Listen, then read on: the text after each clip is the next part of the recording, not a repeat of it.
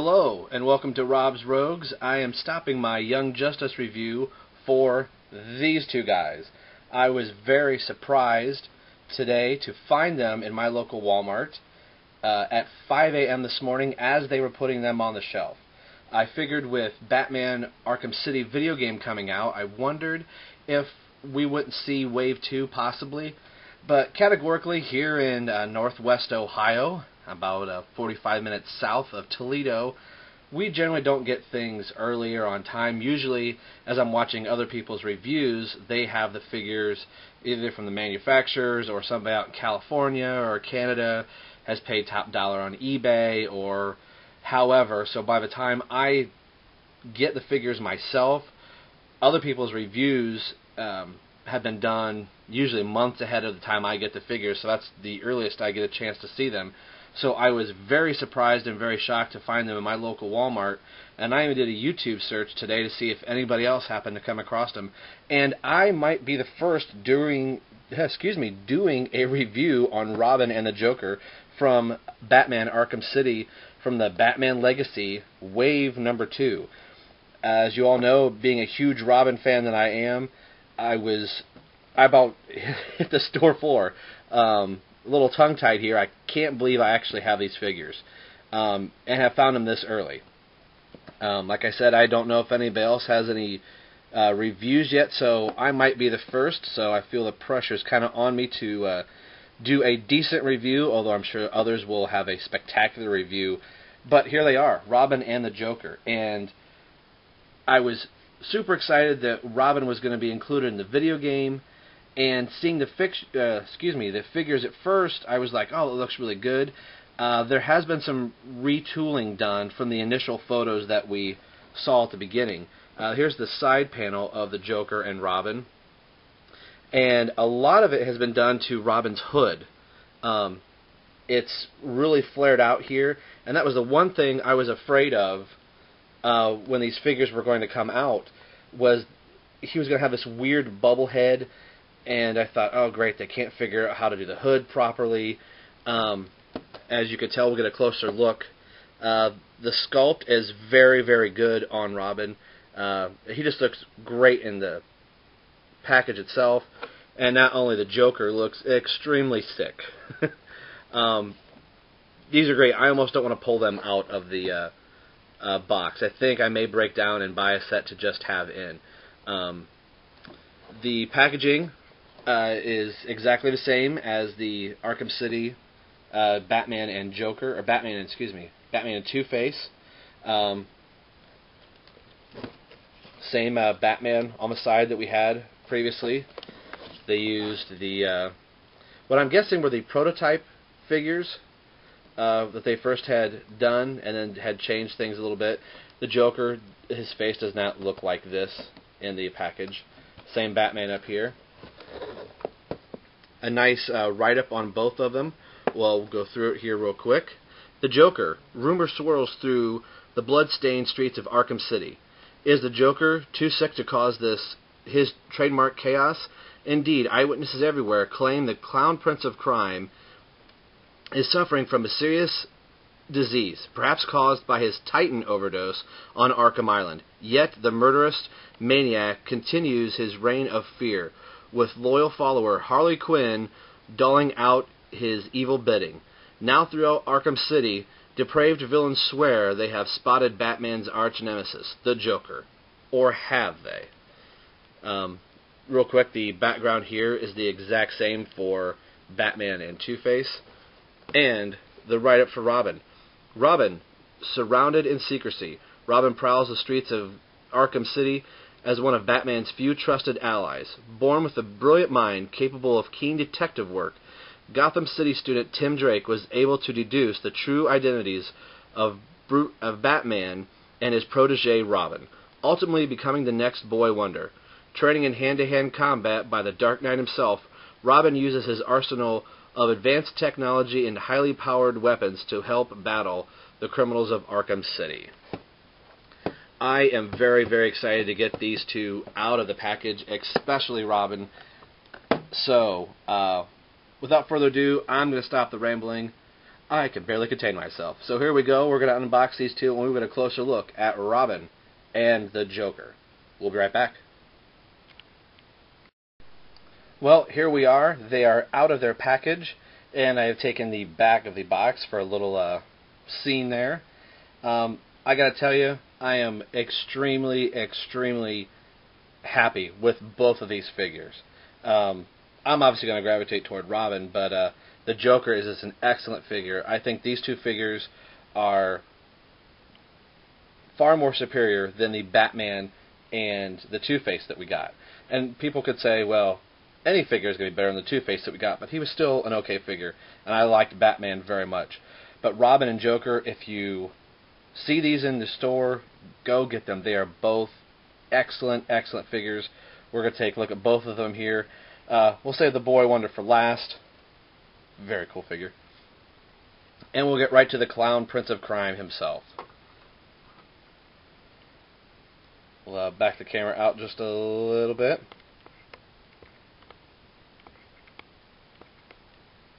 Apparently he doesn't want to, so we'll go from here. Just see his face. Kind of move this out of the way.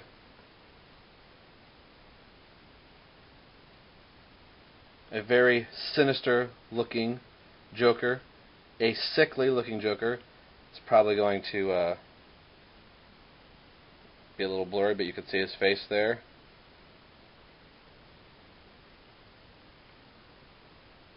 Very good sculpt. These are bigger, as before, the normal DC UC figures. Joker sports all the articulation, with the exception of his feet. He does have an ab crunch here. Does turn at the waist. Arms 360 at the shoulder, the elbow, and yep, his hand does rotate.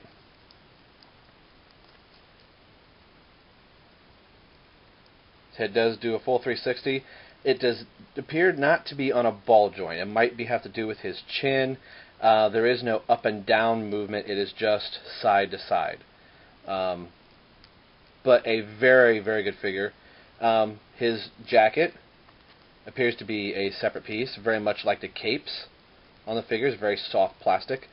His chain is also a separate piece, fastened in there.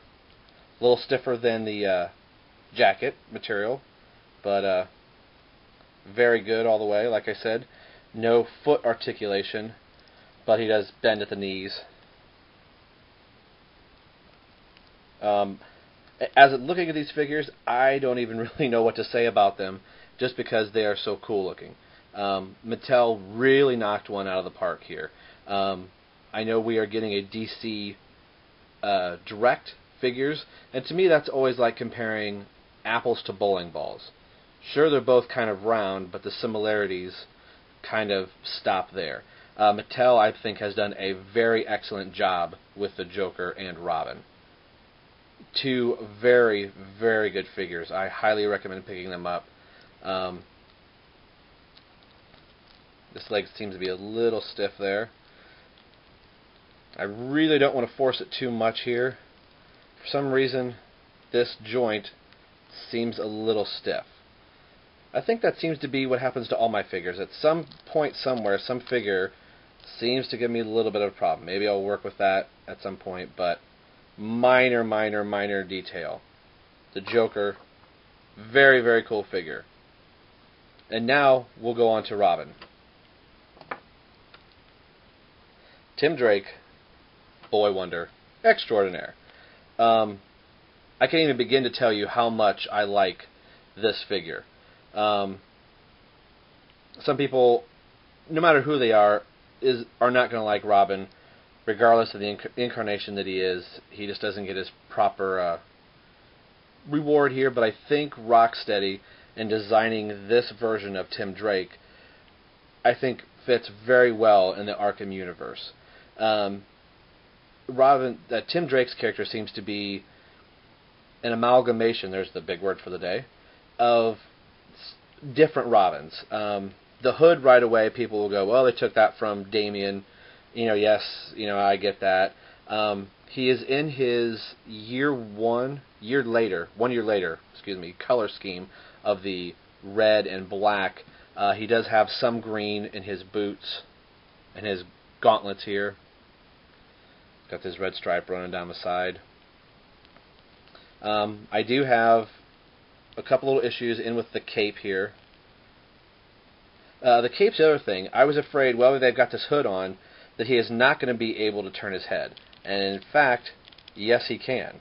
He can turn to the left and to the right, and it is a ball joint on the head, but the hood and cape do hinder that from being able to look up. So he's going to kind of be looking down. Really kind of have to hold the hood with your hand, or your finger, if you will, to be able to get the inside of the head to turn. When looking at this, when I open him up, the cape is not attached anywhere on him. And I think if it wasn't so tight around here, I believe you could pull this off. I don't see where it's fastened. It's underneath his chin that is stopping the hood or the cape from being able to come off. So I think it's the first time that a DC Universe character does not have the cape attached to somewhere in the back. It's a free-flowing piece, and I think this is the softest of the rubber capes that they have made. Very, very pliable, as you can tell here. So, and as Robin falls off camera, and there we go. The hood, as soft as that is, I do think that the hood is probably glued somewhere back in here. That is probably the only spot that it's really attached. In the way of Robin's articulation, he has all the normal DCUC articulation. You just turn at the waist, which is hindered by the utility belt here, which is sculpted and molded all the way around. It's not a painted-on piece. The only thing he does not have is an ab crunch anywhere. It's a solid piece. So, no bending over at all, but hands move, elbows. Joker did sport one extra bend up in here that Robin does not have. But he does have pretty good range of motion. Like I said, the cape really isn't going to hinder a whole lot. They come with no accessories. He does have a closed fist, but unlike Batman, this hand is open. And if I could reach off camera, this is the staff from Robin for the Young Justice, and I was wondering if he could possibly hold his staff. And it doesn't appear like he's going to be able to. I think I could prop him up somehow, or he did come with some clear twist ties around his waist and legs and everything. Maybe I could fashion it to hold, but he won't hold anything. I don't have any batarangs with me right at the moment. I think I could get one wedged in there, but that's cool. Very, very happy with this. Tim Drake, for whatever reason, seems to be one of the only ones that doesn't get... His Robin character is never actually 100% done correctly.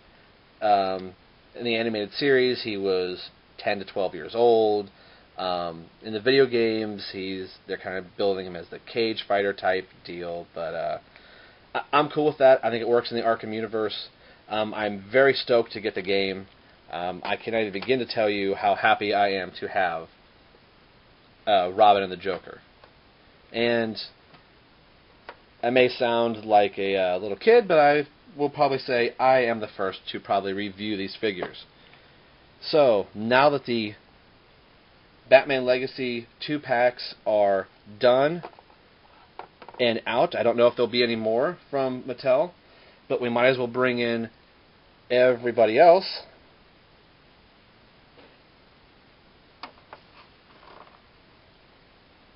And there we go. The Batman Legacy Arkham City 2-packs. I hope you dig it. thanks for watching. Go out and get these two guys. Get all of them. Complete your set. And we will see you next time. Oh, yeah. Very cool. Check them out. Okay, now I'm really going. See ya.